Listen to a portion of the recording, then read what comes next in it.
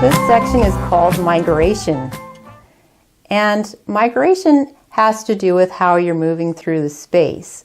So always in a space we will have what's called a destination. So you're going to start from somewhere and you're going to move somewhere else. So I call this the departure point. Move this over. And the destination. And what happens in between is the journey. So this journey is where all the interesting things happen along the way. So we've been talking about thresholds, which were the departure and the destination points. So those are going to be designed as well. But part of what happens in between is we can have not necessarily what a lot of people would tend to do is like what I would call straight line energy. Let's just get from here to there. In the garden, it's nice if you can have a little bit of give to the flow. So if we're looking at the geometry of this flow we're talking about, we can see that we have a few options. One would be, let's just get straight from here to here. Another one would be, can we have a little bit of a curve to it, which feels interesting.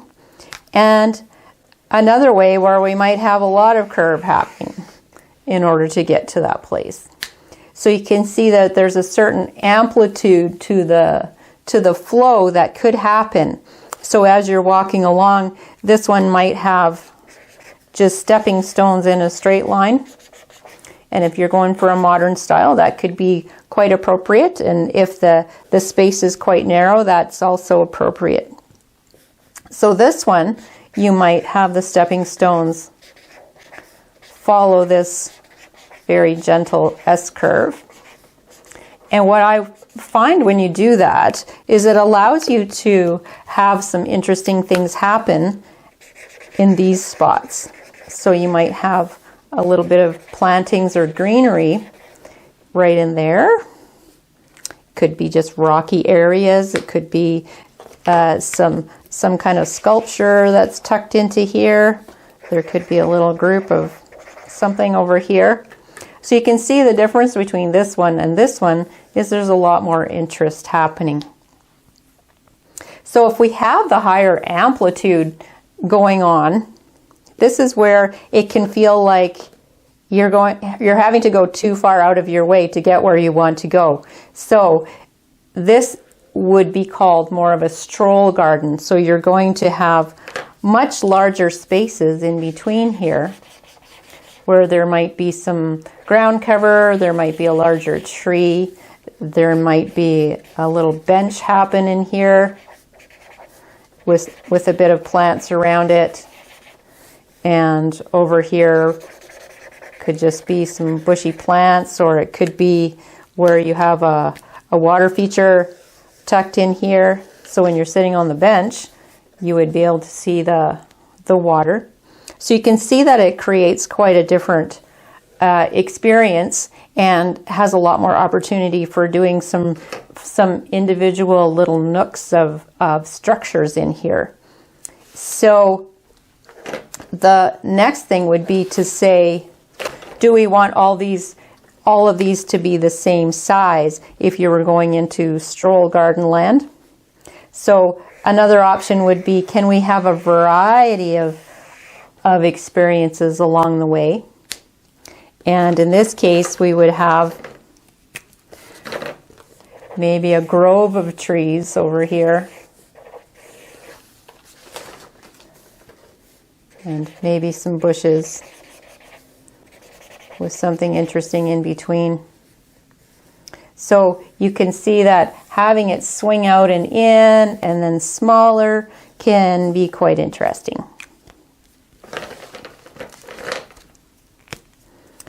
So still our stepping stones could be wandering through these, but as the space gets bigger, it starts to feel like the stepping stones are almost too small in relation to the size of the experience going on here. So this pathway might end up starting to be a little bit wider, and it might just be a gravel pathway, or it could be a grass pathway coming through.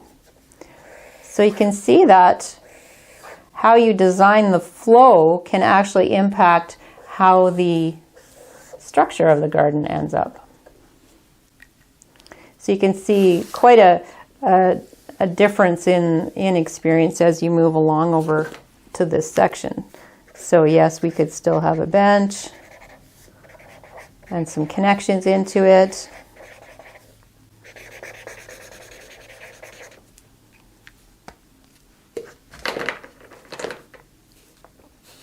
So I like us to consider the amplitude and just see how wide you're swinging things, and is it easy to flow through? Because sometimes if you make it too wide like this, people will actually want to cut across. It's human nature to want to take a shortcut. So that would be something that you would be aware of as you start to do this, and there would be two ways to treat that. You would put really prickly plants in here so no one would want to go into that thicket, or you would say, let's make a pathway. And you might just swing it out a little bit to provide enough room for this little jungle to happen right here. So being aware of human nature is always good. And it might also depend on if it were pets and children in this picture, because pets and children have definitely straight line energy. They'll want to cut across things. They want to take the shortest route, and they're the busiest people, so they'll often leave quite a trail out there as well. So you can see that as we decide this, your garden is going to have a variety of experiences. In some places it might have some of all of these things. And the shape of your garden and the size of your garden and the uses of your garden are all going to start to show themselves as we move into this exploration of space and flow. I like to think of the garden as having its own symphony. It's kind of like a really good symphony will have like quiet areas and louder sounds that swell and calm, and there'll be some accent places. So that's exactly what happens in a garden when you're designing it. You're being aware of how can I create a variety of experiences that speak to the human soul, because we don't generally want to just live in a supermarket parking lot. We want to have something that speaks to us on a deeper level, where we experience all kinds of the elements of nature, like stones and plants and water. So that is what we're doing, is to giving ourselves a context for all those things that you want to have from that questionnaire that you've been filling in and all those pictures you've been looking at on the social platforms. It's like you want to start to have a sense of what is it that really speaks to you, and how you're going to achieve that is by creating these really lovely places where we can do some interesting things. So I'd like to show you some pictures of places that have good flow, maybe not so good flow, and so you'll start to have a sense of how these places work. So this would be an example of a sketch where we're endeavoring to create a bit more interest around the doorway. So there's a widening of the entrance. So normally there would be quite a small sidewalk, about the same size as the door, like 3 feet wide, going up to the door. But in this case, it's been started further down the driveway. So there's a sense of like a merge lane that's kind of coming into a different space. So I always look at, there's a public space and then there's a semi-private space as you get closer to the door. And can you make it so that this area is visible, but not necessarily feeling like it's right at the edge of the freeway or the street or a busy sidewalk? In some places, you don't have much choice, there isn't much room there, but most of us have enough space that we could do what I call a little bit of a courtyard effect that happens just outside the door, and it allows some life to happen. You can have a pot of flowers. You could do a small planting bed that looks interesting as you're walking up the sidewalk. So there are two types of plantings that we'll end up having. One is one that you walk by, so there's a lot of variety and interest. And the other type of planting for front areas is there's going to be drive-by traffic or just walk past traffic on the sidewalk, and it's moving a little quicker. So you'll want to have plantings that just look nice in 1 or 2 seconds of view. And otherwise, if you're walking beside that planting, coming up to the front door, you can have a little bit more variety and interest going on.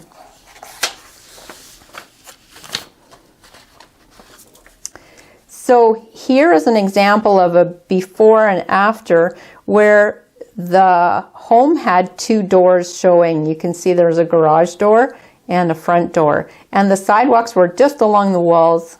I don't even know if there is one here, but there was definitely a sidewalk coming up here, and it branched down to the garage door.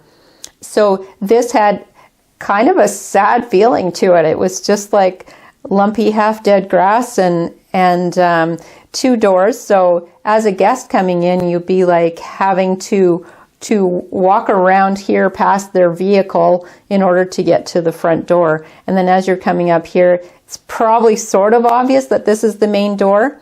But there are 2 doors, so it does seem a little confusing. And you can see that this is definitely a mean landing. It's just so tight and tiny. So I always feel that your landing should be big enough so if the door swings or moves, you can stand to one side of it and get in and out without being in the way of the door. So this one probably opens in, so not quite as critical, but still it has not a spacious feeling. So in the after picture, what's happened is the grass was taken out and more of a courtyard area put in. And there is an intuitive flow now from standing up here, where you're coming into the space, and going more towards the door. So there's a lot more flow and flexibility here. And having this wider landing feels like there is some spaciousness, and it makes that door feel a little bit more important. And this planting was put in here deliberately so that that door feels less important. And that gives visual cues to people about how to move through the space. And you can see in the after picture there was some plantings put in here which soften and frame the door. So you can see now there's greenery on both sides. And so there's this sense of destination, and the journey is much more interesting now.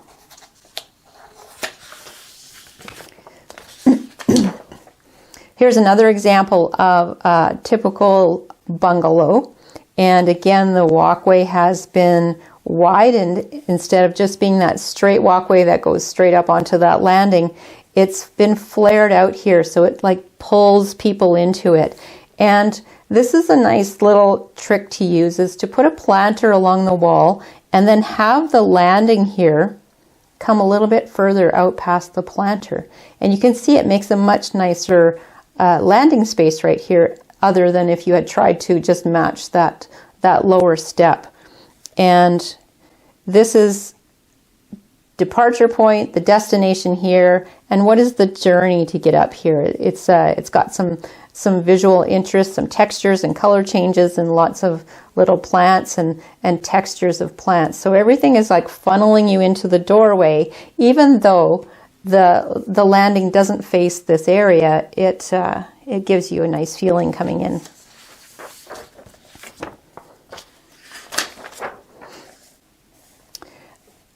Sometimes it's hard to create that interest depending on how the architecture of the house is, and sometimes people will do some interesting things at the end of the walkway.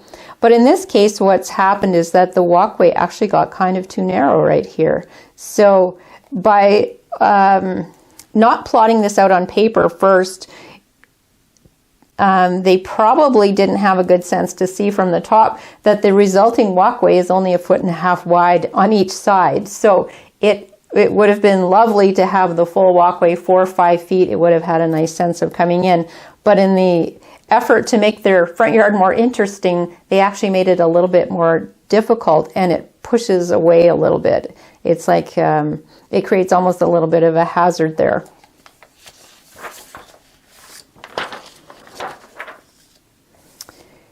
So another way that you can get a little bit of interest coming into your front door is to put planters along the garage wall and underneath that front window that's always there, and have your walkway swing out and then back in towards the doorway.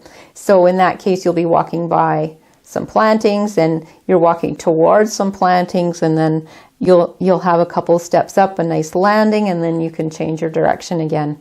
So this has a nice journey to it coming around from the garage.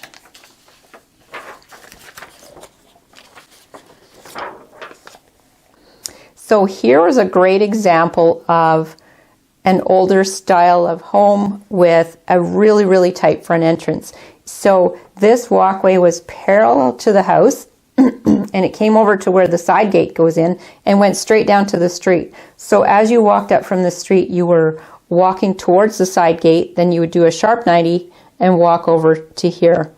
And you'll see that the front door is actually not quite visible, just the top of it. And this space here is 3 feet probably to the outside. So it had a very cramped entrance. So this is definitely a threshold, but it's not creating the type of experience that you'd probably like to have going in and out of it. So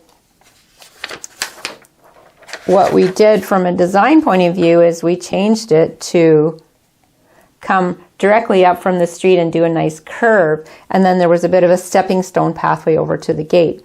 But what changed it the most was widening this area. So now you can see, if you're walking up the side, you could actually see the whole door, and these stairs have enough room for some pots of flowers. So the people who lived here said that they hardly ever used that little deck area at all because it just didn't feel very nice. And they said once the stairs were widened, they used it way more often. So there must have been a different experience that was happening up here for them as well. It's not always about having a space for your furniture, but it's like, what is the environment? If all you can see is wood railings all the way around, you're not going to feel that excited. But now you can see over into the garden, and there's some flow and life happening in the space.